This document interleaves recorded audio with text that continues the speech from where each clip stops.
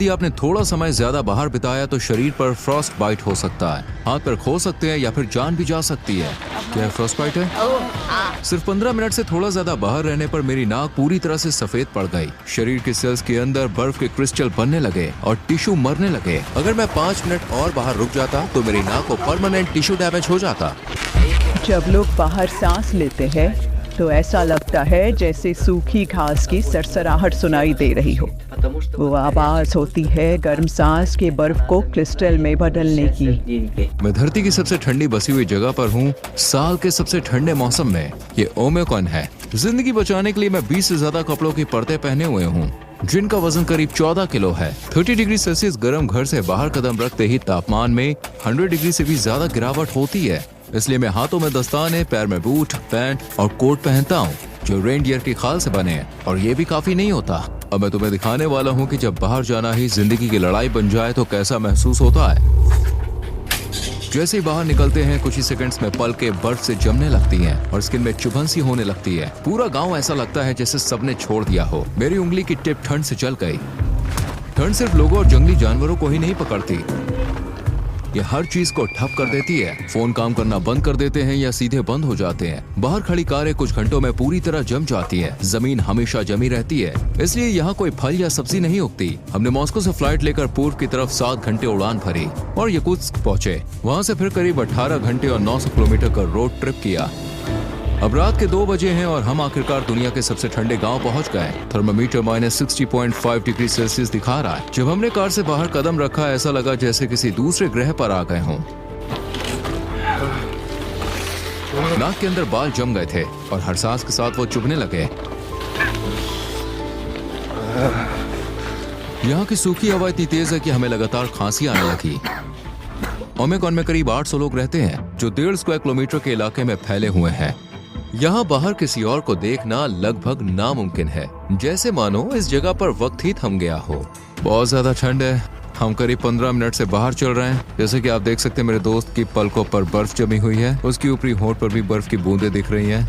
इस इलाके में जमीन पूरे साल जमी रहती है। ओमिक्रॉन हमारा इलाका जो पहाड़ों से घिरा हुआ है, यहाँ ठंड इतनी भयानक होती है कि तापमान -63 डिग्री सेल्सियस या यहाँ तक कि -64 डिग्री सेल्सियस तक गिर जाता है। क्योंकि ओमिक्रॉन एक घाटी में बसा है तो यहाँ हवा भी नहीं चलती, ठंड बस बैठ जाती है और रुकी रहती है। इस जमी हुई जमीन की परत को परमाफ्रॉस्ट कहते हैं, जो सैकड़ों मीटर गहरी हो सकती है। इस जानलेवा ठंड से बचने के लिए गाँव वालों ने एक सेंट्रल हीटिंग सिस्टम बनाया है। एक कोयले से चलने वाला बॉयलर पाइप्स के जरिए ज्यादातर घरों तक गर्मी पहुंचाता है। ये सिस्टम हर वक्त चलते रहना चाहिए। अगर थोड़ी देर भी बंद हो जाए तो सबकी जान खतरे में आ सकती है। यहाँ के घर अंदर से आम गांव के घरों से बिल्कुल अलग होते हैं। सेंट्रल बॉयलर से जुड़े हीटिंग पाइप्स हर कमरे से होकर गुजरते हैं ताकि घर गर्म रह सके।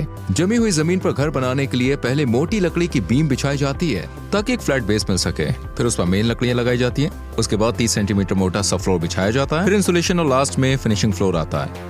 हर दीवार 7 लेयर से बनी होती है। बाहर लकड़ी, फिर मेन इंसुलेशन के लिए बसाल्ट फूल, इसके बाद प्लास्टर, जाली, फोम इंसुलेशन, फिर एक और प्लास्टर की परत और आखिर में अंदर की तरफ लकड़ी का पैनल। खिड़कियां ट्रिपल ग्लेज्ड होती है जो इस हड्डी जमा देने वाली ठंड के खिलाफ एक मजबूत ढाल बनाती है। अटारी को भूसे और मिट्टी से इंसुलेट किया गया है। इन सब के साथ एक स्टोव या हीटिंग सिस्टम मिलकर घर को पूरी तरह से गर्म रखता है। लगभग हर घर में एंट्रेंस रूम को जानबूझकर बिना हीटिंग के छोड़ा जाता है। हम अपने घर के सामने वाले कमरे में सब कुछ फ्रीज करके रखते हैं। देखो ये फ्रिज, ये नेचुरल फ्रिज है।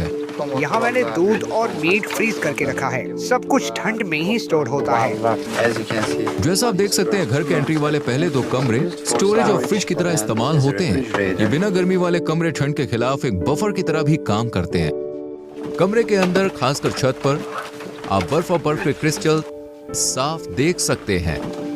ओमिक्रॉन में दिन जल्दी शुरू हो जाता है। ये जो कि इस वक्त तक अपने बाड़े में पहुंच चुकी होती है। यहाँ के पशुपालक गाय के थन पर कपड़ा लपेटते हैं ताकि वो नाजुक हिस्सा फ्रॉस्ट बाइट से बचा रहे और साफ भी रहे। अब थन जमने का खतरा नहीं रहता, लेकिन जैसे ही दूध निकलना शुरू होता है हमें बहुत सावधानी रखनी पड़ती है। ओमिक्रॉन की इस एक्सट्रीम ठंड की वजह से किसी भी घर में पानी की पाइपलाइन नहीं जाती है क्योंकि वो तुरंत जम जाएगी। गायों को हर सुबह बाहर इस ठंड में निकलना पड़ता है और नदी तक जाना पड़ता है पानी पीने के लिए। एक एक करके सब गाय बर्फ से भरे इस बर्फीले नर्क में उतरती हैं। तेजी से चलती हैं क्योंकि उन्हें पता होता है कि बहुत देर बाहर रुकना जानलेवा हो सकता है।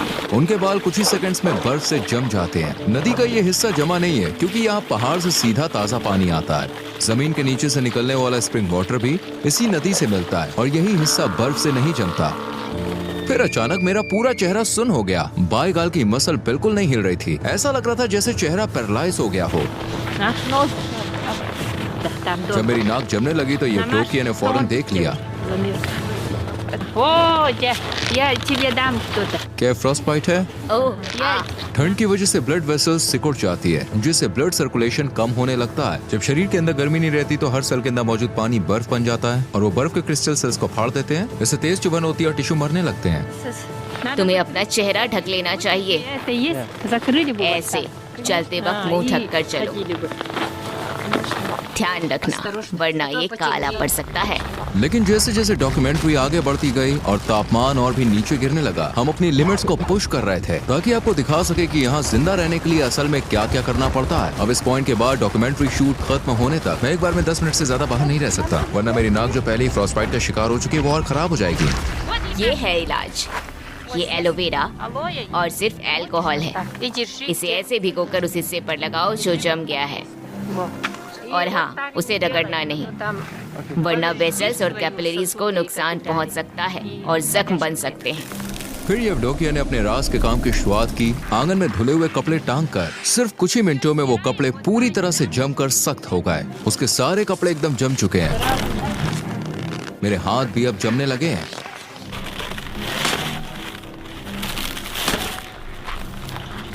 इसके बाद वो सीधे अपने बाड़े की तरफ गए गायों का दूध निकालने के लिए। मैं याकुट की गाय पालती हूँ क्योंकि इनका दूध बहुत हाई क्वालिटी का होता है। इनमें फैट कंटेंट 7 से 8% तक हो सकते हैं। जैसे कि आप देख सकते हैं छत पर कुछ बर्फ और बर्फ के क्रिस्टल जमे हुए हैं, लेकिन अंदर का माहौल फिर भी गर्म है। दीवारों के किनारे भी बर्फ से ढके हुए हैं। छत से कुछ पानी की बूंदें टपक रही हैं जो अंदर की नमी की वजह से है। पूरा कमरा घास, गर्म दूध और जानवरों की एक सौंधी सी खुशबू से भरा है। अब हम मिलने जा रहे हैं घोड़ा पालक से।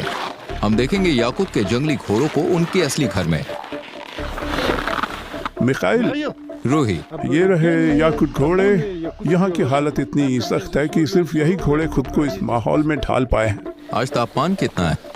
यहाँ का तापमान करीब -50 डिग्री सेल्सियस है और बाहर ज्यादा देर रहना मुश्किल होता है। हमारे पास खुले मैदान में फेंसिंग का एक सिस्टम है। ये घोड़े ज्यादातर खुले में ही चरते हैं। इन याकुटियन घोड़ों को गर्म शेल्टर की जरूरत नहीं होती। ये -70 डिग्री सेल्सियस की ठंड में भी दिन रात खोले में रह सकते हैं। आम घोड़ों की तुलना में ये कद में थोड़े छोटे होते हैं, जो इन्हें सर्दियों में बाहर रहने में मदद करता है। क्योंकि छोटा शरीर मतलब कम एरिया में गर्मी बरकरार रहती है। इनका शरीर काफी फूला हुआ, मोटा और गोल दिखता है। ये इनकी मोटी फर की वजह से है और उनके खुर भी काफी लंबे हैं, जो उन्हें इस जमा देने वाली जमीन पर बहुत देर तक खड़े रहने देते हैं। इन्हें पकड़ा नहीं गया है, इन्हें बस यहाँ खाना खिलाया जाता है। इनका शरीर ही इनका खाना है। यह है घोड़े का मांस। यहाँ लोग इसे खाते हैं। जैसा आप देख सकते हैं इसमें काफी फैट है। ये एक पैकेट है घोड़े के मांस का पैकेट। ये किसी कस्टमर ने ऑर्डर किया है और इसे भेजा जाएगा।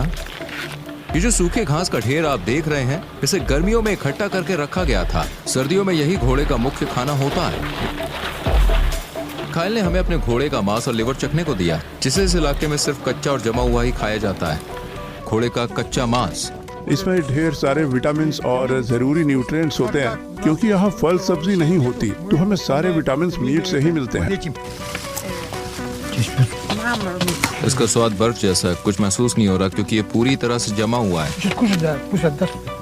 और ये है लिवर। ओमिकन में जनवरी के महीने में दिन की रोशनी सिर्फ करीब 4.5 घंटे तक रहती है। सेंटर से करीब आधा किलोमीटर दूर ओमिकन के जमे हुए जंगल शुरू हो जाते हैं। इस गांव में ज्यादातर लोग पशुपालन करते हैं, लेकिन इवान जैसे लोगों के लिए शिकार ही उनकी कमाई का सबसे बड़ा जरिया बन जाता है।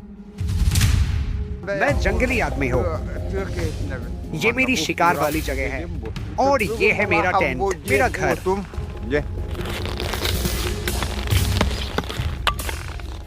वो अभी आग जला रहा है। हमें इस आग की जरूरत है क्योंकि यहाँ बहुत ज्यादा ठंड है।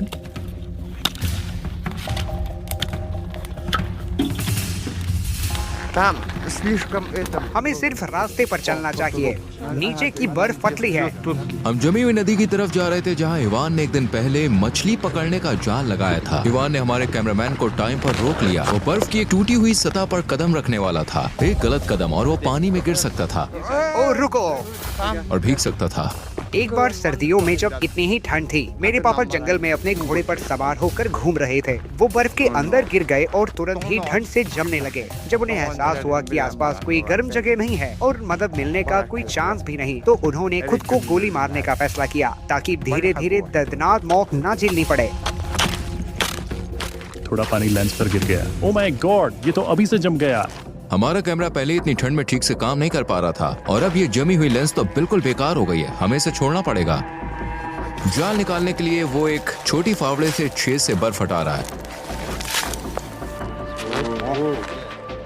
जैसी मछलियां बर्फीली हवा में आई वो कुछ ही सेकंड्स में मर गईं। पानी अंदर से गर्म था लेकिन बाहर आते ये मछली शॉक में आ गई और पूरी तरह से जम गई।